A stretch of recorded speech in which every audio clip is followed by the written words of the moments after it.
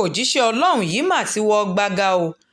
Ọmọbìnrin tó gbẹ̀bí fún àti ọmọ ìkókó ló dolóògbé mọ́ lọ́wọ́.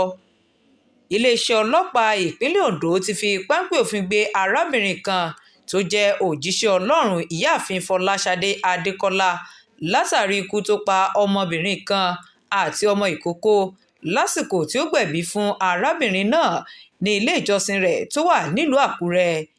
Ìṣẹ̀lẹ̀ ọ̀hún ló wáyé ní ilé ìjọsìn ìyáàfin Adékọ́lá tó wà ní agbègbè Òkè Aró nílùú Àkúrẹ́ tí ṣolúìlú ìpínlẹ̀ Ondo. Arábìnrin tó dolóògbé náà tí wọ́n pe orúkọ rẹ̀ ní Jùmọ̀kẹ́ Adéṣúwà ní ìròyìn ti jábọ̀ wípé ẹ̀jẹ̀ ò dá lára rẹ̀ lẹ́yìn tí ó bí ọmọ náà tán ní ilé ìjọsìn ọ̀hún tí kò sì sí àǹfààní fún ìtọ́jú tó péye.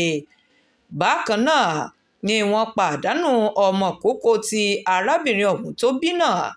Gẹ́gẹ́ bí ìròyìn tó tẹ iléeṣẹ́ Atótó-arére online tv lọ́wọ́, ẹnìkan láti ilé ìjọsìn ọ̀hún ló kàn sí ọkọ olóògbé láti fi tó létí pé ìyàwó rẹ̀ ti bí ọmọ tuntun làǹtìlanti tí ọkọ náà sì yọ̀ fún àwọn tó jẹ́ mọ̀lẹ́bí rẹ̀, tí òun àti ọ̀kan lára àwọn mọ̀lẹ́bí rẹ̀ ọ̀hún tí wọ́n sì gbéra lọ sí ilé ìjọsìn náà. Ọkọ olóògbé ṣàlàyé wípé nígbà tí àwọn gúnlẹ̀ sí ilé ìjọsìn náà ni wọ́n sọ fún àwọn wípé ọmọ tí ìyàwó òun bí ti di olóògbé ṣùgbọ́n tí ìyá ọmọ sì wà láyé. Ó ní nígbà tí òun rí aya òun inú àgbàrá ẹ̀jẹ̀ ni ó wà, tí àwọn sì gbé e lọ sí ilé ìwòsàn tó wà ní ìtòsí ilé ìjọsìn náà ṣùgbọ́n tí wọ́n kọ arábìnrin ọ̀hún ní ilé ìwòsàn náà. Ó ní ilé ìwòsàn 3 ọ̀tọ̀ọ̀tọ̀ ni àwọn gbé arábìnrin náà dé tí wọ́n ti kọ̀ ọ́ kó tó di wípé ó padà gbẹ́mìí mì ní ilé ìwòsàn ẹlẹ́ẹ̀kẹrin tí wọ́n ti tẹ́wọ́ gbà lọ́wọ́ àwọn.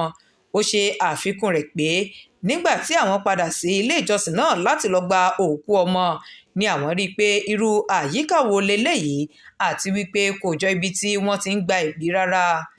Ẹni tó jẹ́ alukoro fún iléeṣẹ́ ọlọ́pàá ìpínlẹ̀ Ondo ìyáàfin Fúnmiláyọ̀ Ọdúnlámì ti fìdí rẹ̀ múlẹ̀ pé àwọn ti náwó gan obìnrin tó jẹ́ òjíṣẹ́ Ọlọ́run ọ̀hún tí àwọn sì ti mú lọ sí ẹ̀ka tó ń ṣiṣẹ́ ìwádìí ìwà ọ̀daràn fún ìwádìí tó péye lórí ìṣẹ̀lẹ̀ náà.